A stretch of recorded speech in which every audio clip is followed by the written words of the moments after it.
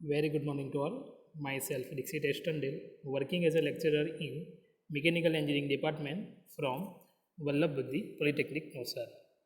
તો આજે આપણે ઇન્ડસ્ટ્રીયલ મેનેજમેન્ટ સબ્જેક્ટની અંદર યુનિટ નંબર 3 મટીરિયલ મેનેજમેન્ટ, જેની અંદર આજે આપણે એબીસી એનાલિસિસ વિશે ચર્ચા કરીશું. ઓકે, તો શરૂઆત કરીએ. So ABC analysis, as we know, the volume and variety of inventory industry are quite huge. The inventory control should be such that the benefit from the inventory control measure should be higher than the expenditure made in controlling the inventories. Okay, તો કોઈપણ જે ઔદ્યોગિક એકમો છે એ ઔદ્યોગિક એકમમાં અનેક પ્રકારના જે મટીરિયલ છે એ મટીરિયલનો ઉપયોગ મોટા જથ્થામાં થતો હોય છે. ને ઇન્વેન્ટરી મેનેજમેન્ટ એટલે કે ઇન્વેન્ટરી સંચાલનનો જે મુખ્ય ઉદ્દેશ્ય શું છે કે ઇન્વેન્ટરીની એવી આઇટમો ઉપર એક પ્રકારનો શું કરવાનો, કંટ્રોલ કરવાનું કામ, જાળવવાનું કામ છે એ ઇન્વેન્ટરી કંટ્રોલનો છે. કે જેમાંથી જે કંટ્રોલ થઈને જે પ્રમાણિત લાભો મળે છે એ લાભ ઉપર એટલે એડવાન્ટેજીસ ઉપર જે અંકુશ વ્યવસ્થા છે, ઇન્વેન્ટરી કોસ્ટ છે, એ ઇન્વેન્ટરી કોસ્ટ કરતાં ઊંચો રહે. ઓકે, એ રીતના હોય છે. એટલે ઇન્વેન્ટરી ખર્ચ ઓછો આવે અને એની સામેને જે આપણને જે બેનિફિટ મળે છે એ બેનિફિટ આપણને વધારે મળે છે. એ રીતના ઇન્વેન્ટરીને કંટ્રોલ કરવાનું કામ એબીસી એનાલિસિસમાં કરવામાં આવે છે. Okay, so as we know that inventory control involves many activities such as purchase control, inspection, storage arrangement, record keeping, manpower and other resources allocation. એટલે ઇન્વેન્ટરી કંટ્રોલની અંદર કયા કયા પ્રકારની એક્ટિવિટી ઇન્વોલ્વ થયેલી હોય છે કે પરચેસ ઓર્ડરનું કંટ્રોલ કરવાનું, ઇન્સ્પેક્શન કરવાનું, સ્ટોરેજ અરેન્જમેન્ટ કરવાનું, રેકોર્ડ જાળવવાનું, મેનપાવર અને અધર એલોકેશન એક્ટિવિટી હોયેલી હોય છે. For effective and economically controlled inventory classify in necessary. તો જે અસરકારક જે ઇન્વેન્ટરી કંટ્રોલ છે એ ઇન્વેન્ટરી કંટ્રોલને અલગ અલગ વિભાગમાં ક્લાસિફાઈ કરવામાં આવી છે. ઓકે, તો equal attention and expenditure can not be made in controlling each inventory. એટલે કે દરેક ઇન્વેન્ટરીની અંદર સરખા પ્રમાણમાં એક્સપેન્ડિચરને અટેન્શનનો કંટ્રોલિંગ થતો નથી. બરાબર, દેર શુડ બી સમ પ્રાયોરિટી. તો એને એક મહત્ત્વ આપવામાં આવે છે. આપણે કોઈ એક્ઝામ્પલ વિશે ચર્ચા કરીએ. તો એક્ઝામ્પલ જે છે કે કોઈક મશીન શોપ છે, એ મશીન શોપની અંદર બંને યુનિટ સેમ અટેન્શન ઉપર ચાલે છે. હવે સેમ અટેન્શન ઉપર ચાલે તો should not be paid the consumption of hacksaw blade and CNC cutting tools.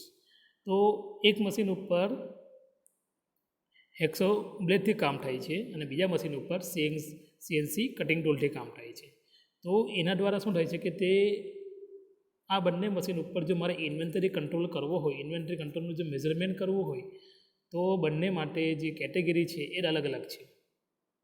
Okay, બંને માટેની જે કેટેગરી છે એ ડિફરન્ટ છે. પ્લસ કે તે બંનેનો એક્સપેન્ડિચર જે ખર્ચ છે એ પણ અલગ અલગ છે.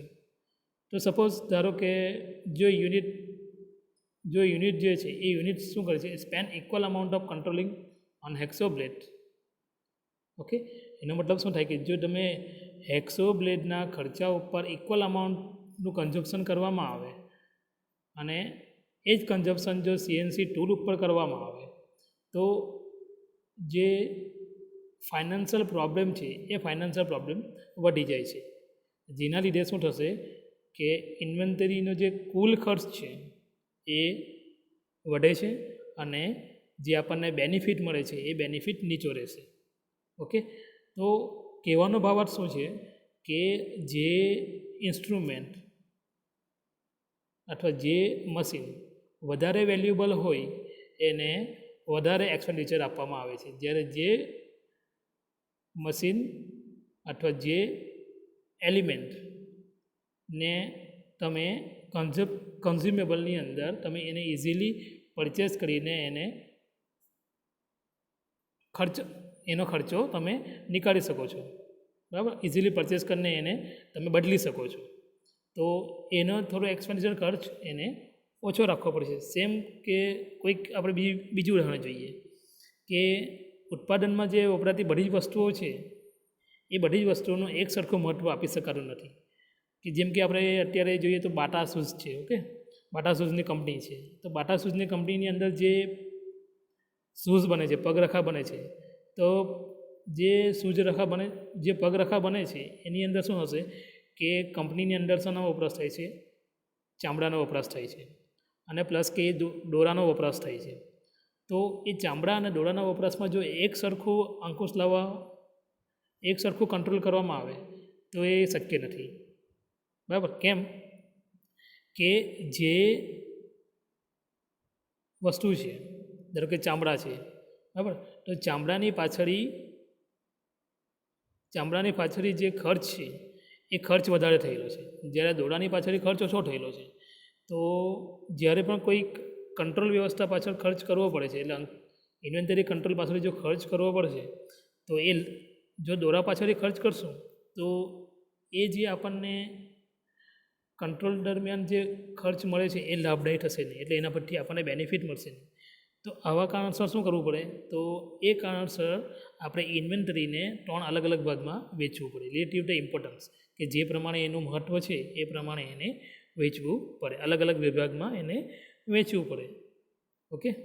તો the value known as ABC analysis. તો જે તમે એ વિભાગમાં વેચો છો એ વિભાગમાં શું થશે એને કહેવાય છે ABC analysis. A, B and C are the different classes of the inventory as shown in below. તો A, B અને C જે બધા છે એ અલગ અલગ પ્રકારના ઇન્વેન્ટરીના ક્લાસ છે જે નીચે મુજબ છે, ઓકે. તો અહીં જે છે તો તમે કોષ્ટકમાં જોઈ શકો છો. તો કોષ્ટકની અંદર આપણને એવું જાણવા મળે છે કે જો માત્ર થોડી જ મટીરિયલની જરૂર હોય, ધારો કે 10% મટીરિયલની આપણને જરૂર હોય, ટોટલ ઇન્વેન્ટરીઝ કેટલી છે?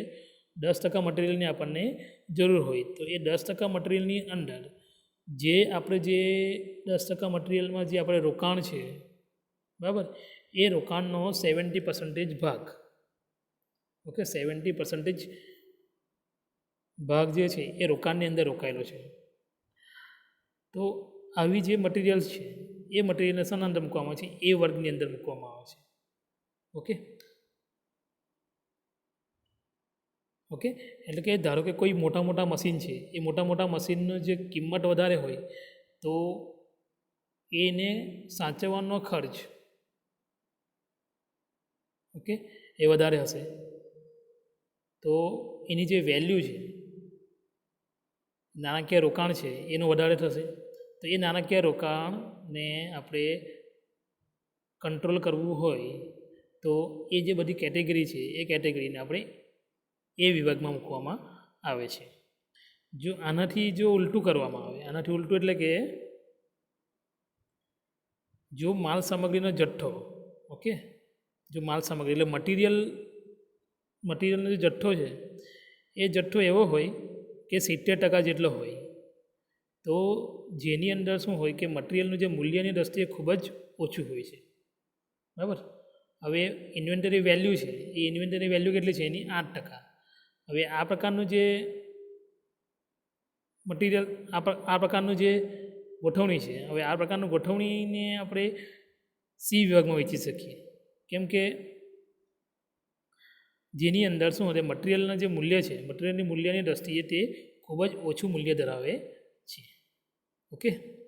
અને જેમની સંખ્યા અને મૂલ્ય લગભગ એક સરખા હોય, બરાબર, જેમની સંખ્યા અને મૂલ્ય લગભગ એક સરખા હોય તો એ મટીરિયલની સંખ્યા અને જે વેલ્યુઝ છે તે એ પ્રકારના જે ઇન્વેન્ટરીઝ છે અને ઇન્વેન્ટરી વેલ્યુઝ છે એને બી વિભાગની અંદર મૂકવામાં આવે છે. એટલે એ અને સી વિભાગ સિવાયના જેટલા બી આઇટમ છે એ બધી આઇટમ બી વિભાગની અંદર આવશે, ઓકે. એટલે જેની ઇન્વેન્ટરીની વેલ્યુ ઓછી હોય પરંતુ તેની પાછળ જો રોકાણનો ખર્ચ વધારે હોય તો એને એ વિભાગમાં મૂકવામાં આવે છે. બીજું કે જેની ઇન્વેન્ટરીની વેલ્યુ વધારે હોય અને તેની પાછળ રોકાણનો ખર્ચ ઓછો હોય તેને સી વિભાગમાં મૂકવામાં આવે છે. ને જ્યારે જે આઇટમનો ઇન્વેન્ટરી ખર્ચ અને ઇન્વેન્ટરી વેલ્યુ બંને કેવી હોય સેમ હોય તો એ આઇટમને બી વિભાગમાં મૂકવામાં આવે છે. એટલે સી કેટેગરી, બી કેટેગરી અને એ કેટેગરી એમ 3 પ્રકારની કેટેગરીમાં કોઈ પણ મટીરિયલ્સ છે એ મટીરિયલ્સને ઇન્વેન્ટરી કંટ્રોલ કરવા માટે એને આ રીતના 3 કેટેગરીની અંદર એને વહેંચવામાં આવે છે. Okay, it is clear that from the above a category items should get more attention and stringent control as compared to B and C. તો ઉપરની જે ફિગર છે એની અંદર આપણને જોવા મળે છે કે એ કેટેગરીની જે આઇટમ છે એ કેટેગરીની આઇટમની આપણે એના ઉપર ખૂબ ધ્યાન આપવું પડે છે કમ્પેર ટુ બી અને સી કેટેગરીની item. This is because A category item are less in volume but high in value. Okay, તો કેટેગરીની જે આઇટમ છે એ કેવી છે less in volume but high in value. Okay, એટલે 3-4 મશીન હોય કંપનીની અંદર તો કંપનીની અંદર 3-4 મશીન જે હશે એ મશીનની જો વોલ્યુમ છે એ વોલ્યુમ ઓછું હશે પરંતુ એનું જે પરચેસિંગ કોસ્ટ છે ઇન્વેન્ટરી વેલ્યુ છે એ વધારે હશે. On the other hand C item can purchase in bulk એટલે bulk and keep attend from the quite some time in store because their contribution in value is much less. Okay, તો C આઇટમની અંદર શું કરવામાં આવે છે કે જે કોઈ બી આઇટમ છે એ આઇટમને બલ્કની અંદર જથ્થામાં ખરીદવામાં આવે છે અને જથ્થામાં ખરીદીને એને સ્ટોરની અંદર મૂકવામાં આવે છે. અને સ્ટોરની અંદર મૂકીને પછી જેમ જેમ એનું કન્ઝપ્શન થતું જાય તેમ તેમ એનો ઉપયોગ કરવામાં વપરાશ કરવામાં આવે છે. અને in value is much less. Example તરીકે nut and bolt. Okay, nut અને બોલ્ટને શું કરવામાં આવે છે કે જે નટ એન્ડ બોલ્ટને બનાવવા નથી આવતો એને શું કરવામાં આવે છે કે બલ્કની અંદર એનું પરચેસિંગ કરવામાં આવે છે અને જે પ્રમાણે જરૂર હોય તે પ્રમાણે એનો ઉપયોગ કરવામાં આવે છે. કોસ્ટલી અને special cutting tool is machining industry special kind of moulding and foundry etcetera is class. એટલે જે સ્પેશિયલ ટાઈપના જે કટિંગ ટૂલ્સ છે મશીનરી ઇન્ડસ્ટ્રીમાં અને special kind of moulding and foundry જે છે એ ક્લાસ એ આઇટમમાં મૂકવામાં આવે છે. ઓકે, તો આ હતું આપણું ABC analysis. Okay, thank you very much.